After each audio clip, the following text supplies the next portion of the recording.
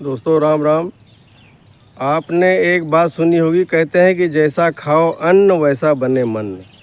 जिस तरह का आप अनाज खाएंगे, जैसा अनाज खाएंगे उसी तरह आपकी बुद्धि होगी, उसी तरह की आपकी बोलचाल निकलेगी। सब कुछ उसी पर डिपेंड है।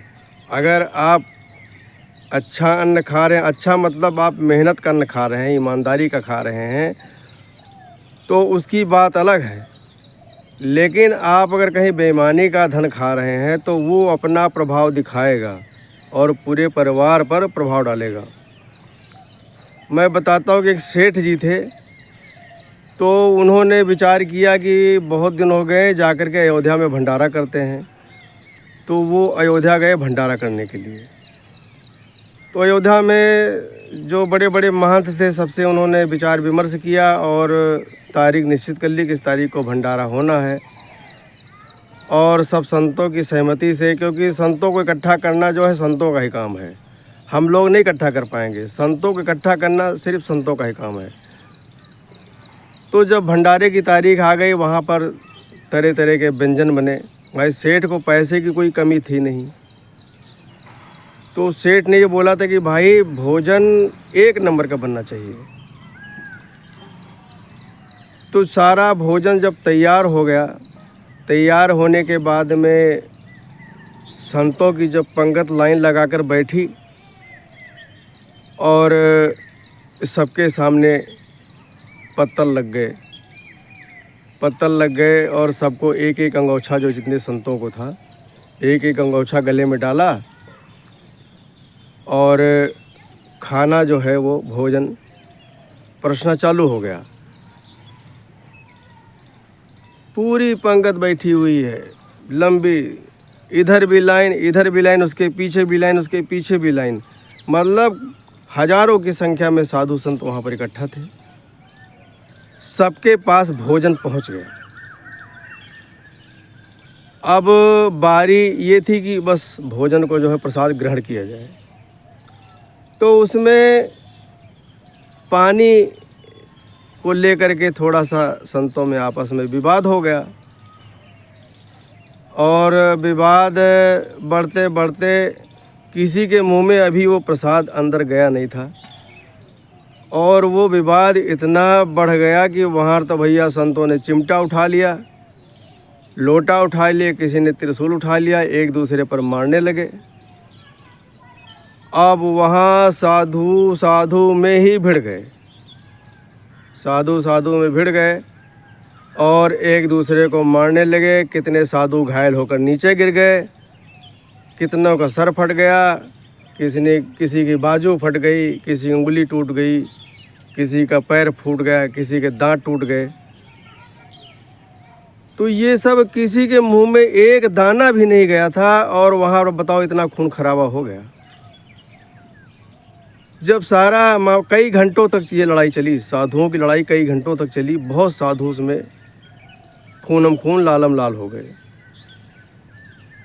जब काफ़ी देर के बाद लड़ाई शांत हुई, भोजन किसी ने ग्रहण किया नहीं, सब भोजन छोड़ करके अपने अपने यहाँ चले गए।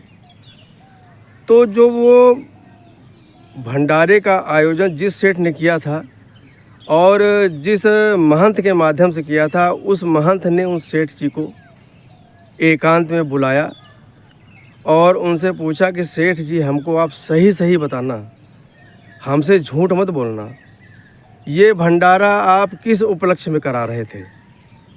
भाई कोई भी भंडारा कराता है या कथा भागवत सुनता है तो उसके पीछे कोई कारण होता है ना, बिना कारण तो कोई नहीं कराता है। भाई बिना कारण तो कोई सत्यनारायण स्वामी का कथा भी नहीं सुनेगा। तो हमको सही सही बताओ कि आप किस वजह से ये भंडारा कराए, भंडारा कराने का क्या कारण था, हमको सही सही बताइए सेठ जी। तो सेठ जी ने फिर बताया, क्योंकि वो लड़ाई जो है सेठ अपने आंखों से देख रहे थे। ये बताओ, इतने किसी के मुंह में एक दाना भी नहीं गया और सारा खून बह गया संतों का। तो सेठ जी ने बताया कि महाराज जी, आज से 22 साल पहले हमारे हाथ से गाय की बछिया मर गई थी और उसको किसी ने, कोई जानता नहीं था, ना हमने किसी से बताया। हम उसको चुपचाप ले जाकर के जंगल में फेंक आए रात में हमने कानों कान किसी को खबर नहीं किया, ना किसी को बताया। तो हमारा कारोबार सब धंधा सब आराम से चल रहा था। तो हमने सोचा ये भैया गाय जो बछिया मर गई मेरे हाथों से, ये पाप हो गया है, ये तो महापाप है। तो क्यों ना हम जाकर के अयोध्या में भंडारा कर दें और संत महात्मा प्रसाद ग्रहण करेंगे तो हमारा पाप कम हो जाएगा। तो महाराज जी हमने उसी उपलक्ष्य में भंडारा कराया था। तो दोस्तों देखिए,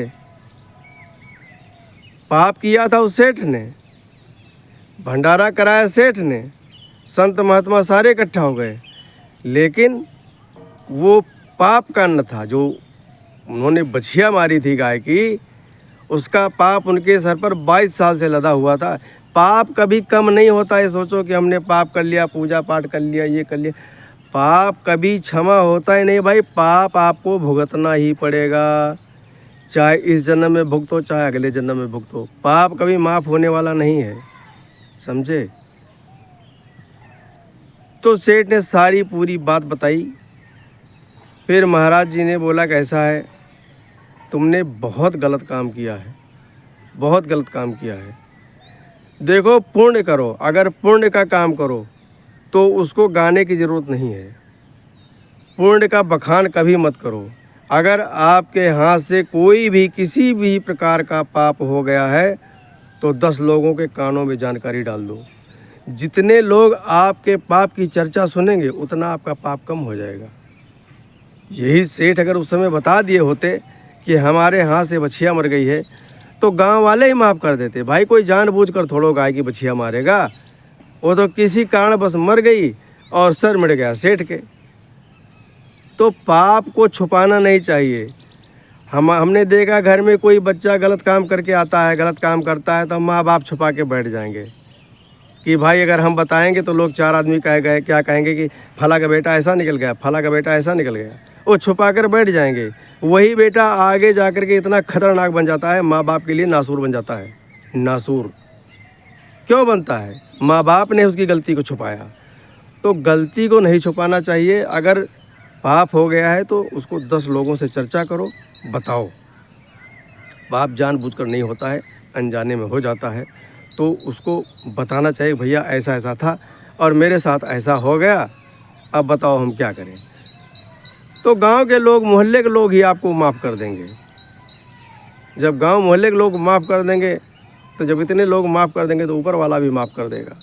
लेकिन सेठ ने सारा छुपाया। तो वो संत ने बोला कि ऐसा करो, आप यहाँ से चले जाओ, चुपचाप चले जाओ, और अब तुम्हारे साथ अनहोनी ही होनी है, क्योंकि इतने साधुओं का खून बह गया है और वो बेकसूर खून बहा है सिर्फ तुम्हारे पाप के कारण की वजह से। और इतने साधुओं का जो खून बहा है उसका भी पाप तुम्हारे, गाय की बछिया का तो पाप तुम्हारे सर में लगा ही लगा है। ये संतों का जो खून बहा है इसका भी पाप तुम्हारे सर पर लग गया है। सेठ जी वहाँ से चले आते। देखिए दोस्तों, वो गलत अन्न था। सेठ ने अपना पाप उतारने के लिए वो भंडारा कराया था, लेकिन वो पाप का धन था। इसलिए देखो, मुंह में अन्न गया नहीं, सिर्फ सामने आया ही था। और कोई बड़ा विवाद नहीं, सिर्फ पानी पानी पानी से पतला क्या होता है, उसके चक्कर में संतों का खून बह गया। सेठ जी वहाँ अयोध्या से अपने घर आते हैं, बहुत दुखी होते हैं, और कुछ दिन के बाद उनका बड़ा बेटा ख़त्म हो जाता है और धीरे धीरे उनका कारोबार सब बंद हो जाता है। और जो बैंक से लोन लिया था, बैंक वाले भी डंडा करने लगे। उनका सारा कारोबार चौपट हो गया।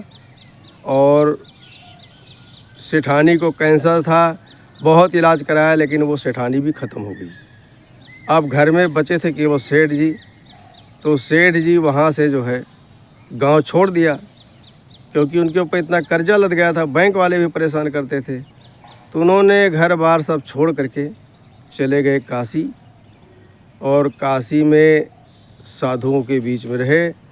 साधुओं से उन्होंने सारी बात बताई कि महाराज जी ऐसा ऐसा हो गया, हमने ऐसा ऐसा अयोध्या में किया, वहाँ ऐसा ऐसा कांड हो गया, वहाँ आने के बाद में हमारी घर की परिस्थिति ख़राब हो गई, हम बिल्कुल बर्बाद हो गए। हम आपकी शरण में आए हैं, आप जैसा चाहे हमारे साथ कीजिए। संत दयालु होते हैं, संत से बड़ा कोई दयालु नहीं होता। अगर संत आपको डांट मार रहा है तो समझ लो आप भाग्यशाली हैं, भाग्यशाली।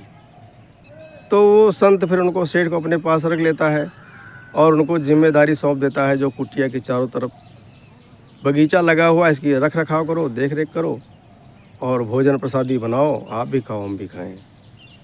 तो वो काफ़ी दिनों तक वहाँ पर रहते हैं, फिर धीरे धीरे करके उनका भी शरीर छूट जाता है। तो दोस्तों, कहने का मतलब ये है कि देखो, गलत चीज़ गलत होती है। गलत को सही करने के लिए लोग क्या करते हैं, झूठ बोल देते हैं फटाफट। भाई झूठ बोलने में कौन सा पैसा लगता है? आपने किसी से किसी भी प्रकार का झूठ बोल दिया है तो उस झूठ को सही करने के लिए 100 झूठ बोलना पड़ेगा। एक झूठ को सही करने के लिए 100 झूठ बोलना पड़ेगा, उसके बाद में झूठ का झूठ ही रहेगा। तो आप सही मार्ग पर चलिए और ईमानदारी से रहिए। ईमानदारी से कमाया हुआ 10 रुपया भी आपको बरकत देगा, लेकिन बेईमानी से कमाया हुआ 1 लाख रुपया एक दिन आपके परिवार को डुबो देगा। तो दोस्तों, हमारी ये बात आपको कैसी लगी? अच्छी लगी हो तो हमारा यूट्यूब चैनल है मेरा संसार, उसको लाइक करें, सब्सक्राइब करें और दोस्तों को शेयर करें। एक बार पुनः राम राम।